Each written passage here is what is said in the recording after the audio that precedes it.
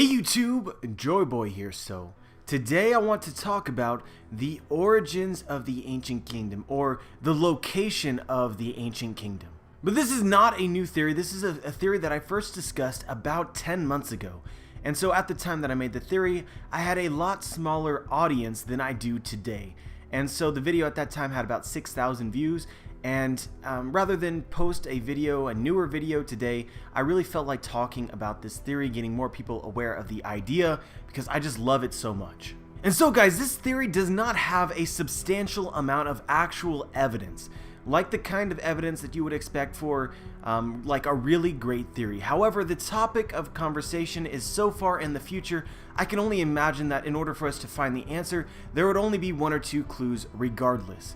And so even if there's not a lot of evidence as well, I believe that the conclusion is something that a lot of people can get behind. Judging from my first video on the topic, a lot of you are going to really enjoy this. But anyway, without further ado, let's get into the theory. And first I want to talk about what are the other ideas out there for the origins or the location of the ancient kingdom. And so the ancient kingdom obviously existed in the past. And so a lot of people just assume that there's some place which the ancient kingdom came from. And these three ideas are as follows. The ancient kingdom's original location is on Rattle. That's where they're from. The other ideas out there are that they actually used to live on top of the Red Line where Revujo currently is. So the 20 kings took over, they crushed the ancient kingdom, and basically are living where the ancient kingdom used to come from. And then the last idea is that their island was like blown off the map, like basically just destroyed, no traces remain left of it. And so guys, all of these ideas make some sense. There's really nothing wrong with them, but the problem with all three of them is they completely and utterly lack any real hard evidence. They just make sense intuitively, like this makes sense for the story of One Piece, and that's about it. That's where my theory comes in, with at least one bit of evidence to maybe sway you to a different idea. But before we get into my idea, let's first explain something that a lot of people believe, which is that the Dees, the family Dee, are the direct descendants of the ancient kingdom. And so guys, one time I actually did fully explain this, but I believe this thought is so prevalent there's really no need to, so I'm only going to really include one bit of evidence for those who may not be aware, which is that back in Skypiea, Robin was talking to Gonfall. Gonfall noticed the similarities between Gold D Roger and Monkey D Luffy, and then additionally noticed the fact that they both had the letter D in their names and wondered if it had any significance, to which Robin replied, "Perhaps this is just another lost history." It's just another lost history, such as the lost history on the poneglyphs. This is the most major tie between the Dee family and the poneglyphs, which were created for the ancient kingdom. There's a ton more, but I think that's pretty much all you need. So now moving on from that, if the Dees are the direct descendants of the ancient kingdom, this allows us insight into really the ancient kingdom. So the first thing that I want to bring to your attention is that we know that the Dees are not actually blood related. This is because, put simply, Jaguar D Saul was a giant, and there is no way that he could possibly be related to any of the other Dees who are just human. And so this suggests that the ancient kingdom was at least partially comprised of both humans and non-humans. And both the human members as well as the non-human members received the initial D. I want you guys to keep this in mind for later in the video, but now let's talk about the Kisuke family. And so we know, as of the Zoark, that the Kisuke family was responsible for the creation of the poneglyphs. And the poneglyphs very obviously possess the ideals, history, and everything that you need to know about the ancient kingdom.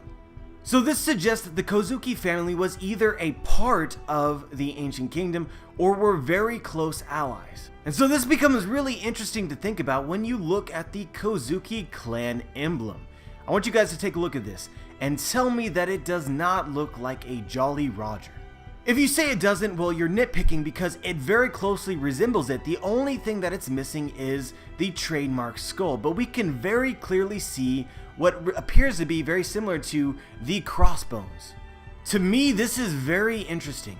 And it's also possible, keep this in mind as well, that the current emblem of the Kisuke clan has been in some way altered from its original form sometime in the past. So it could have originally had a skull, but later on it was actually removed. But going back to the Kozuki symbol, it's also interesting to note that the Kozukis made it a practice to tattoo their particular emblem on the backs of their subordinates. Kinemon, in order to verify his identity to the minks, showed his tattoo of the Kozuki clan emblem. This is also very similar to pirates. And so my question here is really simple. Were the Kozukis in the past actually pirates? It's also worth noting that the family Dee, which I've speculated is actually the direct descendants of the people of the Ancient Kingdom, there's one personality trait that is really interesting, which is that all of them seem to in some way value freedom. Luffy wants to become the Pirate King in order to be the freest man on the sea, and it's revealed through Shanks that Luffy essentially said this same thing that Gold D. Roger said. Look at Monkey D. Garb. Monkey D. Garb had the qualifications to become a admiral, however he decided not to because he enjoyed the freedom being a vice admiral offered him. But they don't seem to just enjoy their own personal freedom, they also have this idea of protecting the freedom of others in a lot of cases. Look at someone like Monkey D. Dragon, who's essentially dedicated at least the majority of his life to protecting the lives of the innocent and the oppressed. And to this thought, it actually makes a lot of sense for several of the members of the Dee family to become Marines, because that's the idea behind the existence of the Marines in the first place. But we do have an example of what would happen if the member of the Dee family finds out that the Marines are not everything that they first believed that they were. Jaguar D saw when he learned what the Marines had in store for the people of the O'Hara and Nico Robin's mother. He decided to throw away his own freedom and protect them. So basically, in the end, Jaguar D Sol did exactly what he wanted to do. And when it comes to all the D's, whenever someone tries to impose their will on them, they are usually not very receptive. Even though Garb never actually saved Ace, he was oh so close to turning on the Marines. Blackbeard embodies this trait. Anyone who has in any way tries to stop Teach from doing what it is that he desires to do may find themselves killed. He even went so far as killing his longtime crewmate in Thatch in order to steal his devil fruit that he had found, as well as he was willing to turn over Ace to the Marines just for the sole purpose of furthering his goals. So long story short, the majority of the D's do what it is that they want to do, and long story short, this is a trait that is most conducive for someone becoming a pirate. And this could be motivation for the vast majority of D's to have traveled out to the sea in the first place. I can imagine for someone who inherently values freedom, being trapped on an island is not something that they would desire. And so if the D's are the direct descendants of the Ancient Kingdom, I would imagine that the original people of the Ancient Kingdom had a very similar motivation or personality. And this actually makes a lot of sense if you consider all the places that we know that the Ancient Kingdom visited, or the people that they were friends with. When we look at the locations of the poneglyphs are spread out across the entire Grand Line and protected by people who were friendly with the Ancient Kingdom, or maybe even part of the Ancient Kingdom. And so for the Ancient Kingdom to be so widespread suggests that the Ancient Kingdom were travelers. They visited every island pretty much that could be found on the Grand Line. They went deep underneath the ocean in order to meet and make friends with the fishmen. They traveled onto the back of a giant elephant in order to make friends with the minks. And they are the only people that we know of, aside from Gold D. Roger, to have found the legendary island of Rattle. This is true because we know that the poneglyphs indicate the location of Rattle. Rattle can only be found by following the poneglyphs. And so with this being the case, then it's very clear that the Ancient Kingdom found Rattle. And we can't forget that one of the ancient weapons of the Ancient Kingdom, it was stated, is actually a ship. Pluton is stated to be a ship. What would be a more perfect creation for a kingdom that were perhaps the greatest travelers of their time? And so guys, I wonder this. I wonder if the Ancient Kingdom never actually had an island from which they came from. That perhaps the Ancient Kingdom was actually a kingdom of pirates. And the king of this kingdom of pirates perhaps was called the Pirate King. And then going back to the Kozuki clan emblem, which appears to look very similar to a Jolly Roger, I wonder if the Kozuki clan was actually part of the Ancient Kingdom, with their own ship and their own Jolly Roger. Subservient to the true ruler of the sea, the king of the Ancient Kingdom, the Pirate King. As I said, guys, this theory doesn't have a whole lot of evidence, but for me this makes a lot of sense. But we're not done. Now I want to talk about Bink Sake. And Bink Sake is basically a favorite song of Brooks. And so this is noted to be a very old pirate song. And so the first person who really delved into looking at deeper meaning behind Bink Sake was Beck. And so Beck is pretty much an inspiration for my thoughts on Bink Sake. So at this point, I recommend reading to yourself Bink Sake, looking it up on Google on the One Piece Wikipedia. But essentially, Bink Sake is a story about a journey from beginning to end. The journey starts off with the people essentially carrying their dreams and their desires on their journey, on their quest to reach the end of the world. However, through their journey, they come across many trials and tribulations. If you lose your nerve, this breath could be your last. But if you just hold on, the morning sun will rise. But the people in the song did not succeed. They never made it to the morning sun. Today and tomorrow, our dreams through the night, waving our goodbyes, will never meet again. So these people never accomplished their dreams. However, the song tells them not to worry. But don't look so down, for tomorrow night, the moon will also rise. Even though you never made it to the morning sun, another day will pass and another person will try.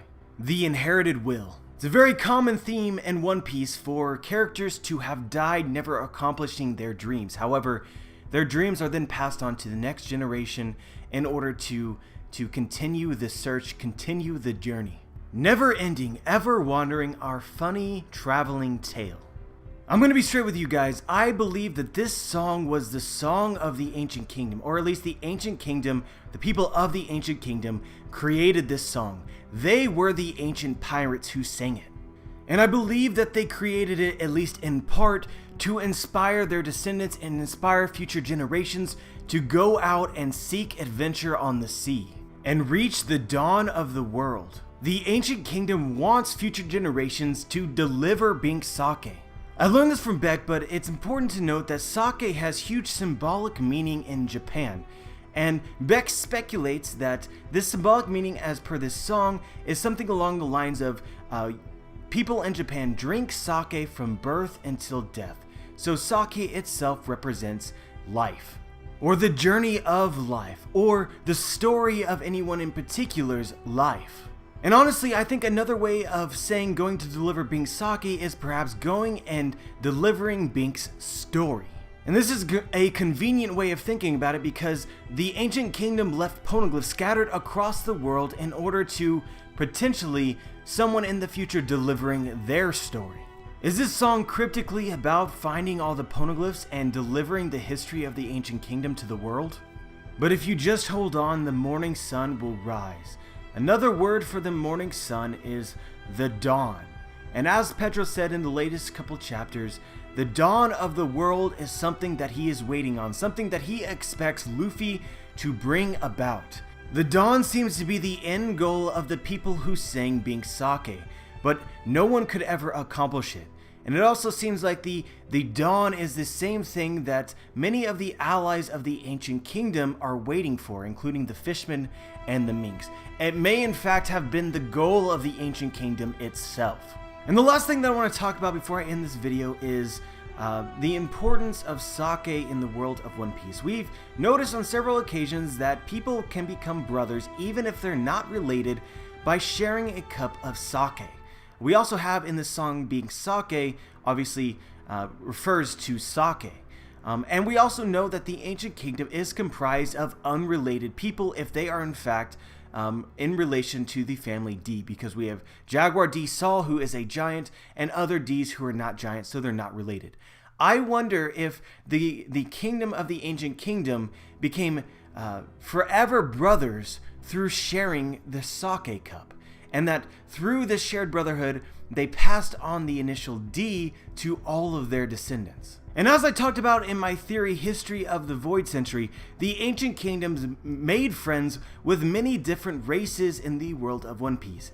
And I speculate that this may have been the cause of the war during the Void Century. Basically, the ancient kingdom were trying to protect the rights and basically defend against racism, segregation, prejudice, etc. against the 20 kings who feared these non-human groups. But obviously the ancient kingdom lost, and those prejudices continued onto the future. And so if the ancient kingdom shared sake cups with many of these different races, people of these races, then they would share ties together through sake. They would have become brothers regardless of their very different origins. And so guys, I'm wondering if being sake represents the sake that was shared between all the various races, making them brothers, delivering this sake of unity to the world. But anyway guys, that's all I really want to talk about today. Let me know if you have anything interesting to add to this theory, or just in general share your thoughts. Let me know if you agree or disagree. Like the video if you like the video, dislike the video if you dislike the video, subscribe if you want to be notified for my future content, and as always guys, have a wonderful day.